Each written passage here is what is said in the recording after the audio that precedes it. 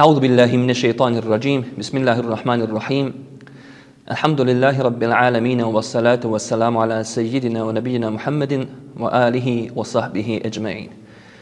Hvala i zahvala neka su uzvišenom Allahu subhanahu wa ta'ala i salavat i selam neka su na poslanika alaihi salatu wassalam. Poštovana braćo u dini islamu, poštovane majke i sestre, za ovu priliku govorimo na temu Isra i Mi'rađ, noćno putovanje Muhammeda sallallahu alaihi wa sallam. Naime, kao što znamo, nalazimo se u jednom od odabranih mjeseci, mjesecu Redžebu, i 26. Redžeba sa akšam namazom nastupa, odnosno 27. Redžeba sa akšam namazom nastupa Mubarek noć Lejle i Mi'rađ, koja je ujedno, odnosno za koju je ujedno Rijaset Islamske zajednice u Bosni i Hercegovini uzeo da se obilježava kao i dan Vakifa, da se na određeni način oda priznanje i da podrška ljudima koji daju svoju podršku instituciji Vakufa. Dakle, ovaj veliki događaj Isra i Mi'rađ poslanika Muhammeda alejhi salatu wassalam događa se nakon određenih i velikih iskušenja sa kojima se susretao Muhammed alejhi salatu wassalam u svojoj časnoj misiji poslanstva. Naime, prije nego je uslijedio ovaj događaj, Muhammed alejhi salam od samoga početka svoje misije sretao se sa određenim iskušenjima. Prve 3 godine poslanstva, misije poslanstva, poslanik Muhammed alejhi salam tajno je pozivao u islam. Nakon toga uslijedilo je javno pozivanje u islam i odmah je poslanik alejhi salam se susreo sa velikim problemima, iskušenjima koje su protivnici islama pravili Muhammedu alejhi salam i njegovim sljedbenicima.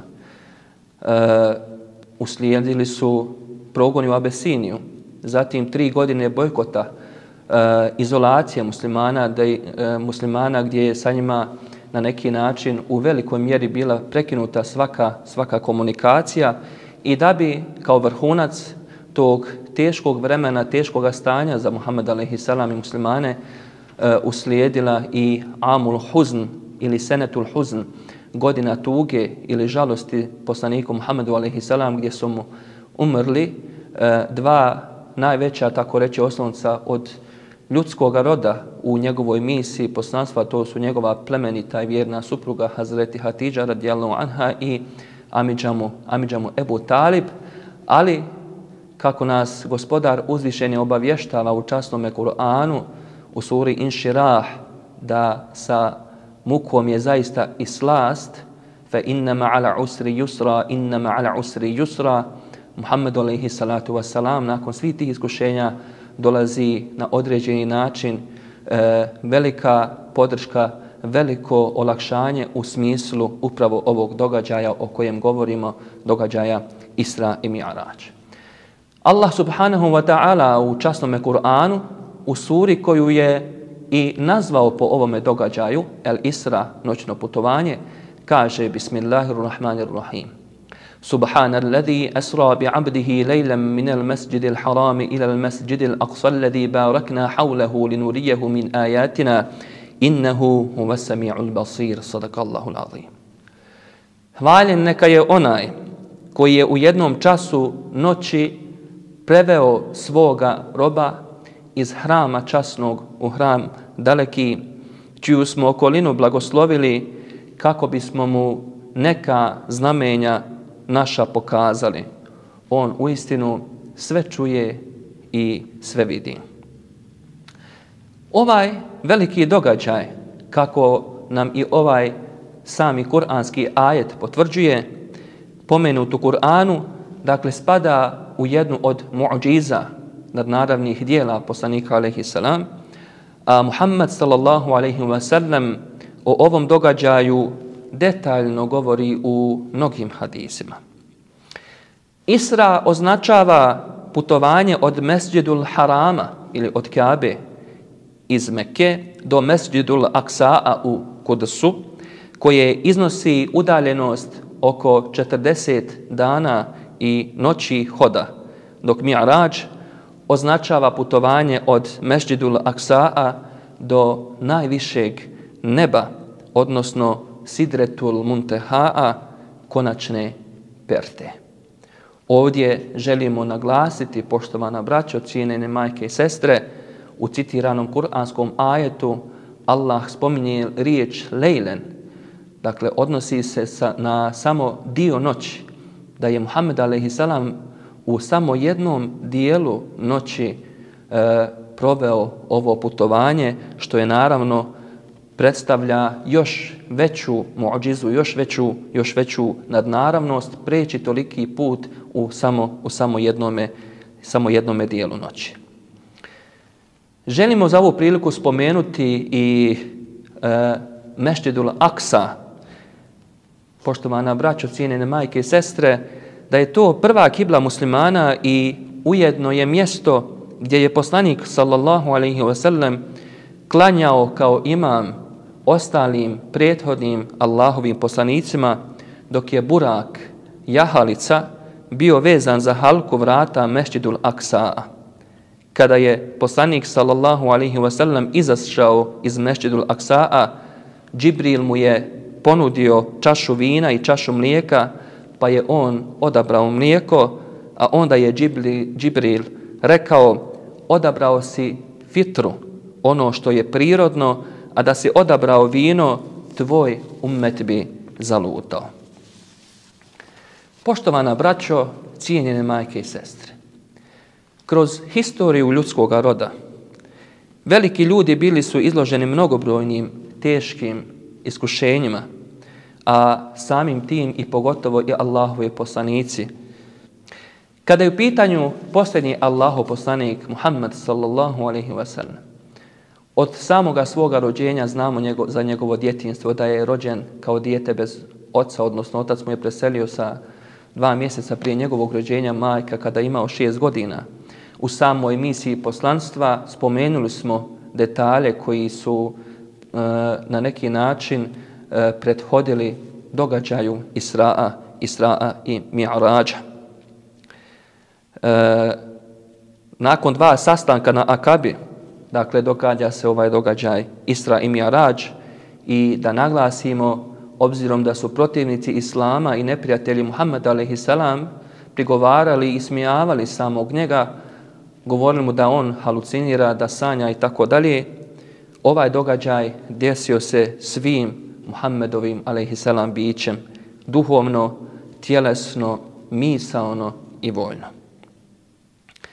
Isra i Mi'rađ dešavaju se nekako na sredini poslanstva poslanika Muhammeda a.s.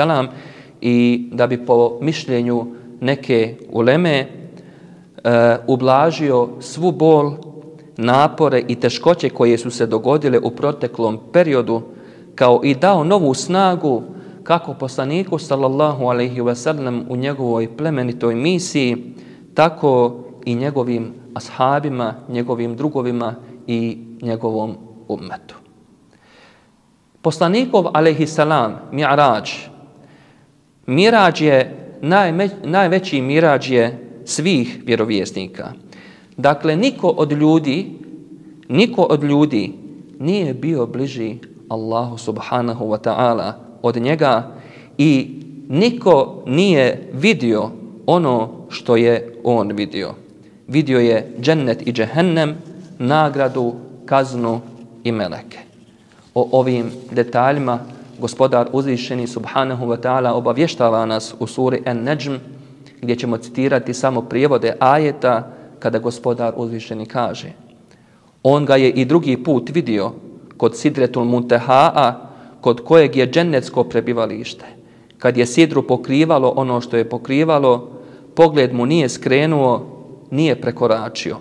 Vidio je velika znamenja svoga gospodara. Dakle, vidio je Muhammed sallallahu alejhi ve sellem mnogo toga što se ne može opisati ljudskim jezikom. Pa mu je Allah dželle šanuhu, i ovo ćemo posebno potencirati i posebno skrenuti pažnju i s tim i završiti ovo obraćanje, Allah dželle šanuhu prilikom ovog događaja i ovog velikog putovanja propisao je klanjanje namaza, poštovana braćo, cijenjene majke i sestre.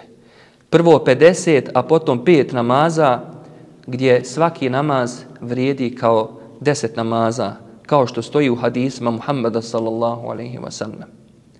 Do ove olakšice je došlo na savjet Musa alejhi salam, koji je kazao poslaniku sallallahu alejhi ve sellem da njegov ummet neće biti u stanju da klanja 50 namaza, te da traži olakšicu što mu Allah dželle šanuhu prihvata i strogo naređuje obavljanje 5 namaza u danu i noći. Allahova subhanahu wa ta'ala volja je da namaz kao fard i jedan od stubova Islama, bez kojeg nema muslimana, mu'mina, bude objavljen baš na nebu, prilikom mi'rađa u toj, odnosno ovoj odabranoj noći, što namazu daje još veću dimenziju i važnost. Namaz je pitanje, poštovana braćo, cijenjene majke i sestre, koje odvaja vjerovanje od nevjerovanja. Namaz je pitanje koje odvaja islam od kufra. Poslanik sallallahu alejhi ve sellem u hadisu kaže: prvo zašto će čovjek musliman biti pitan na sudnjem danu jeste propisani namaz. Zato, braćo i sestre, čuvajmo namaz i uljepšavajmo ga skrušenošću i predanošću i neka svaki naš namaz bude preporod naših duša i poticaj da budemo bolji muslimani, a time ćemo biti bliži našem Gospodaru i sigurni na oba dva svijeta. Lejletul Mi'rađ, Mubarek olsu.